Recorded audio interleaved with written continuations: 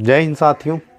आज हम आपके सामने रेलगाड़ी के क्वेश्चन लेके आए हैं, जिसमें से मैं आपको पहले बेसिक चीज़ें बताऊंगा, उसके बाद फिर क्वेश्चन को कैसे डायरेक्ट हम हल करेंगे वो देखना है। अब इसमें मान लिया कि चाल इसकी जो है किलोमीटर प्रति घंटा में दी गई है, उसे मीटर प्रति सेकंड में हल करना है। तो यहाँ पे लिखेंगे 1 घंटा, यानी 1 घंटे में मान लिया कि कोई गाड़ी है वो 1 किलोमीटर जाती है, तो हमें इसको मीटर प्रति सेकंड में बताना है। इसके लिए सबसे पहले 1 घंटा को हम मिनट में बदल दें तो 60 मिनट होंगे, और बराबर 1 किलोमीटर को मीटर में बदलेंगे तो 1000 मीटर। 1000 मीटर। अब यहाँ इसको सेकंड में बदलेंगे। 1 मिनट में 60 सेकंड होते हैं, तो इसको सेकंड में बदलने के लिए 60 मिनट में कितने सेकंड होंगे, 60 से गुणा कर देंगे तो ये सेकंड में आ गया। और इस तरफ 1000 मीटर। अब हमें 1 सेकंड का निकालना है, तो 1 सेकंड में कितनी दूरी जाएगी, तो 1000 बटे, इसको बटे में भेज देंगे 60 गुणे 60। 2 जीरो से 2 जीरो कैंसिल, 2 पंचे 10, 2 तिहाई। अब ये ऊपर 5 आ गया और 6 त्रिक 18, यह 18 मीटर, यानी 1 सेकंड में 5 बटे 18 मीटर जाएगी। इसी तरह अब हमें यदि एक क्वेश्चन लेके देखते हैं कि यदि कोई रेलगाड़ी 90 किलोमीटर प्रति घंटा की चाल से चल रही है, तो उसकी चाल मीटर प्रति सेकंड में कितनी होगी। अब इसको हम डायरेक्ट करेंगे। यहाँ पे दिया है 90 किलोमीटर प्रति घंटा उसकी चाल है, और मीटर प्रति सेकंड में बताना है, तो यहाँ पे 5 बटे 18 मीटर 1 सेकंड का मतलब प्रति सेकंड में तय कर रही है। तो इससे इसको डायरेक्ट गुणा करेंगे तो मीटर प्रति सेकंड में आंसर मिल जाएगा, यानी 90 गुणे 5 बटे 18, तो 18 पंचे 90, 5 पचाम 25 मीटर प्रति सेकंड, ये इसका आंसर आ गया। यदि यही चीज़ अगर उल्टा पूछी जाए, मीटर प्रति सेकंड में दे दिया जाए, मान लिया कि ये दे दिया जाए, और किलोमीटर प्रति घंटा में पूछा जाए, तो इसी को जो है हमें 18 बटे 5 से गुणा करना होगा। यहाँ पे करके देख लेते हैं कि अगर हम 25 को किलोमीटर प्रति घंटा में बदलें तो 90 आना चाहिए। तो यहाँ पे 25 गुणे, अब हमें क्योंकि ये मीटर प्रति सेकंड में दिया है, इसको किलोमीटर प्रति घंटा में बदलना है, तो 5 बटे 18 की जगह हम 18 बटे 5, यानी उसी का उल्टा करेंगे जो फार्मूला यहाँ पे बना। तो 5 पचाम 25 और 18 पंचे 90, ये बन गया किलोमीटर प्रति घंटा में जो पहले था। तो इस तरह से हम आगे के क्वेश्चनों को हल करेंगे। आपके सामने पहला क्वेश्चन है, 40 किलोमीटर प्रति घंटा की औसत गति से चलकर एक रेलगाड़ी अपने गंतव्य पर समय पर पहुंच जाती है। यदि वह 35 किलोमीटर प्रति घंटा की औसत गति से चले तो वह 15 मिनट देरी से पहुंचती है। तदनुसार उस पूरी यात्रा की दूरी कितनी होगी। अब यहाँ पे दूरी नहीं दी गई, और पहले उसकी औसत दूरी, वो औसत गति दी गई है कि कितनी उसकी औसत गति है, कितनी औसत गति से चलकर वो उस दूरी को कितने समय में तय किया है।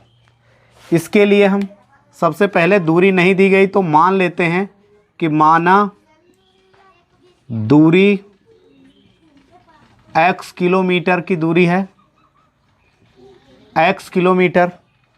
अब इसके बाद में चाल, यहाँ पे औसत चाल जो है वो 40 किलोमीटर प्रति घंटा दिया गया है, तो चाल हो जाएगी 40 किलोमीटर प्रति घंटा। अब अगर हम इन दोनों से देखेंगे तो समय का फार्मूला होता है समय बराबर दूरी बटे चाल। तो यहाँ से हम समय निकालेंगे तो दूरी बटे चाल 40 किलोमीटर प्रति घंटा है, तो x बटे 40। यहाँ पे जो दूरी है वो किलोमीटर में है और समय इसमें देखेंगे तो घंटा में है, यानी ये जो समय आया ये घंटा में आया। अब इसके बाद आगे क्वेश्चन कह रहा है कि समय पर पहुंच जाती है यदि वह 35 किलोमीटर की औसत गति से चले, यानी पहले जो 40 किलोमीटर प्रति घंटा की चाल से चल रही थी, अब वो कह रहा है कि 35 किलोमीटर प्रति घंटा की गति से चले तो वह 15 मिनट देरी से पहुंचती है। तो अब हम इसके बाद ये दूरी रखेंगे, ये चाल रखेंगे, तो दूरी वही है। तो अब जो नया समय निकल के आएगा, समय बराबर दूरी वही है और चाल बदल गई है।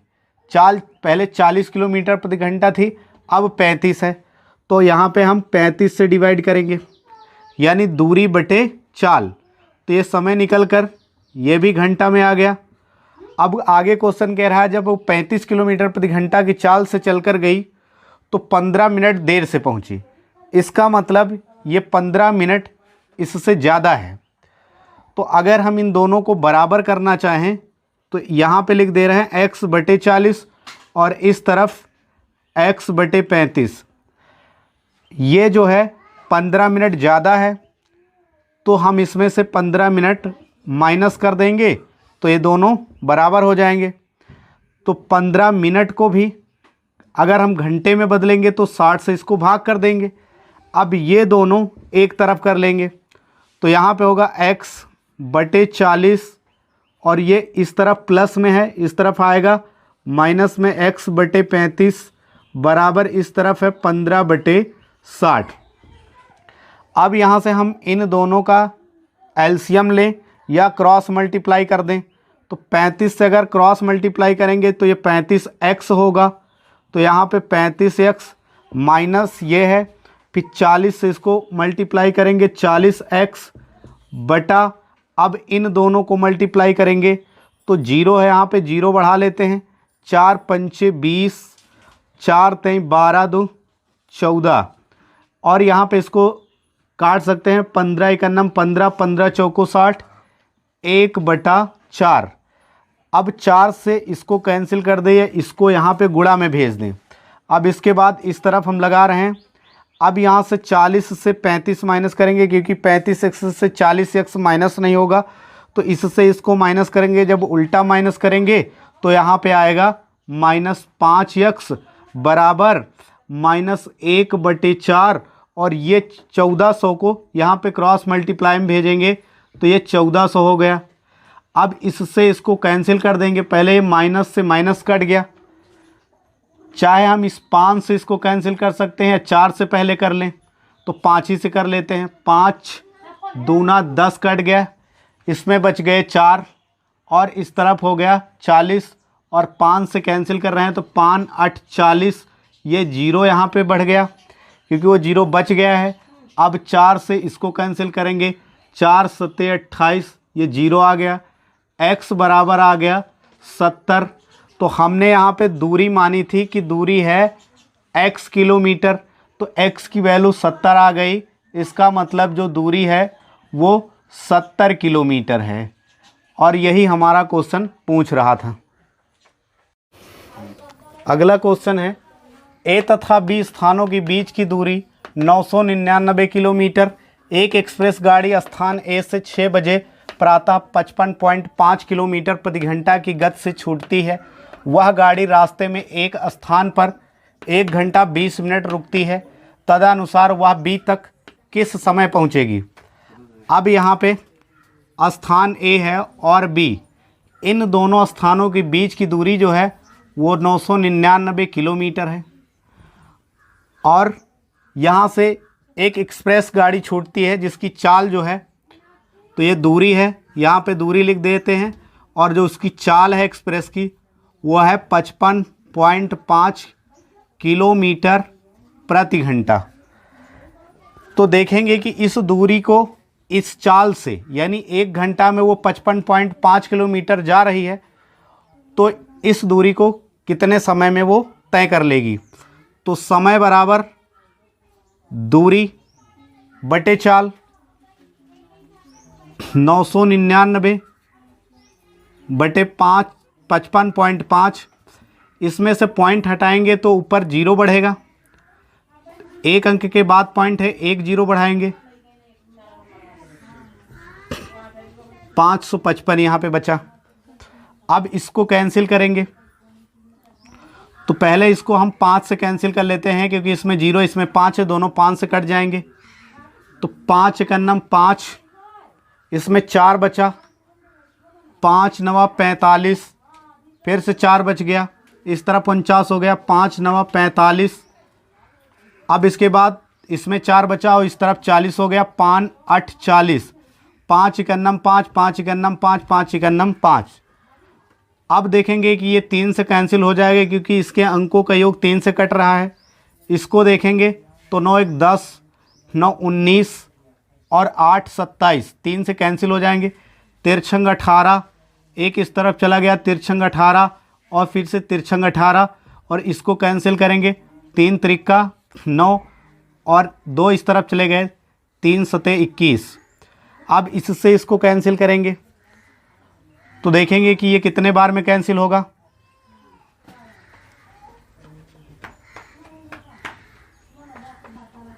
तो इससे हम भाग करके देख लेते हैं यहाँ से, क्योंकि ये एक अभाज्य संख्या है। तो 666 यानी 37 एकन्नम 37, यहाँ पे इस तरफ 6 से 7 नहीं माइनस होगा, तो इसमें से उधार लेके 16 से 7 माइनस करेंगे, 9 बचा। इसमें से इस तरफ 1 चला गया, 5 से 3 गए, 2 बचा, और यहाँ पे 6 आ गया। अब देखेंगे कि ये इससे कितने टाइम में कैंसिल होगा। तो एक अंक इसमें ढक लेते हैं और एक इसमें, और 3 से इस 29 को डिवाइड करेंगे, यानी 3 से 29 को। तो 3 9 27, 9 बार जाएगा लगभग। तो इसको हम 9 से गुणा करके देख लेते हैं। तो 9 7 63 और 9 त्रिक 27 और 6 33, तो ज़्यादा हो गया। अब यहाँ पे हम कम बार ले जाएंगे, 8 बार ले जाएंगे। 8 7 56, 5 बच गए, 8 त्रिक 24 और 5 29, ये पूरा कैंसिल हो गया, यानी इससे 18 बार में कैंसिल हुआ। तो जो समय आया, समय बराबर 18 घंटा लगे उसको इस दूरी को तय करने में, क्योंकि यहाँ पे किलोमीटर प्रति घंटा चल रही थी उस एक्सप्रेस। तो जो समय आएगा वो घंटे में आएगा, लेकिन अभी जो है वो रास्ते में 1 घंटा 20 मिनट रुकी है। तो उसको टोटल ए से बी तक पहुँचने में कितना टाइम लगा। तो कुल समय ए से बी तक, ए से बी तक लगा 18 घंटा ये लगे, और जितना वो रुकी थी उसको भी प्लस करेंगे।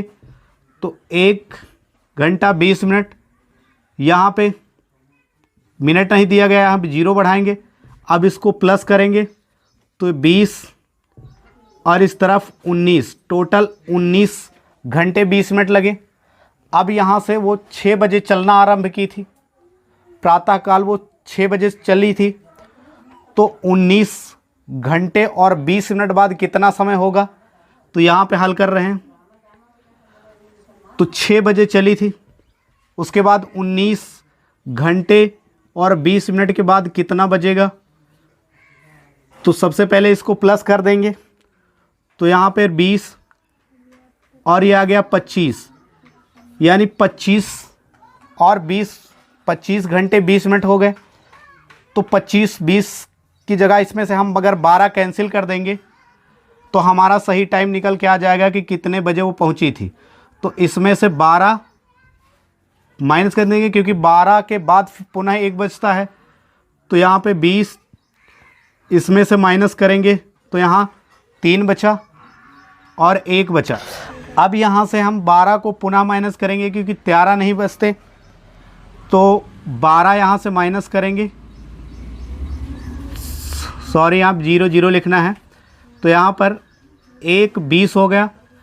और ये दोपहर का जो 6 बजे चली थी, फिर ये 12 वो माइनस हुआ तो दूसरा टाइम आ गया, उसके बाद फिर माइनस किए तो ये प्रातःकाल वाला, यानी फिर से पुनः सुबह की टाइम 1:20 पर पहुँचेगी। तो यहाँ पे हो गया प्रातः 1:20 पर। अगला क्वेश्चन है, एक रेलगाड़ी 80 किलोमीटर प्रति घंटा की गति से चलती है और कुछ दूरी 4.5 घंटों में पूरी करती है। उसी दूरी को 4 घंटों में पूरा करने के लिए रेलगाड़ी की गति क्या होगी। अब इसको हम डायरेक्ट करेंगे और ध्यान से समझना, क्योंकि कंपटीशन एग्ज़ाम में आपको बहुत कम समय में हल करना होता है, तो आप भी सीखिए। तो यहाँ पे चाल दी गई है और समय दिया गया है, तो जो दूरी होता है, तो दूरी निकालने के लिए दूरी बराबर चाल गुणे समय करते हैं। तो चाल गुणे समय करेंगे तो इससे जो है वो दूरी निकल जाएगी। फिर क्वेश्चन कह रहा उसी दूरी को 4 घंटे में तय करने के लिए, 4 घंटे में पूरा करने के लिए उसकी गति कितनी होगी। तो दूरी जो आएगी वो 4 घंटे में किस रफ्तार से चलेगी कि 4 घंटे में पूरा कर ले। तो यहाँ पे चाल जो है वो 80 गुणे 4.5 गुणा कर दिए तो ये दूरी हो गई।